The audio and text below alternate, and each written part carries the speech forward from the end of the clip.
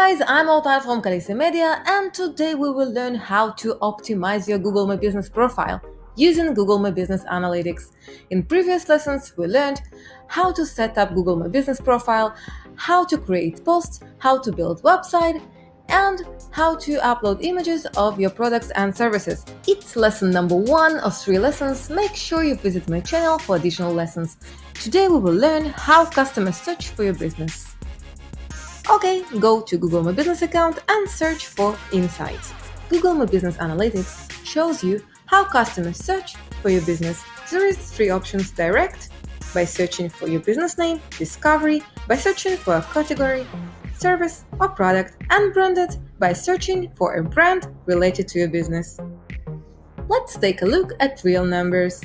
In 3 months, 47,000 customers discovered this business in Google search results. 47,000 customers, it's 90.3% that discovered this business just simply by searching for a category, service, or product. In previous lesson, I mentioned why it's so important to choose a right category, service, or product for your business. So now you learned why. In this lesson, we learned how to optimize your Google My Business profile by setting up a right category, service, or product and using Google My Business Analytics. Thank you guys for watching this video.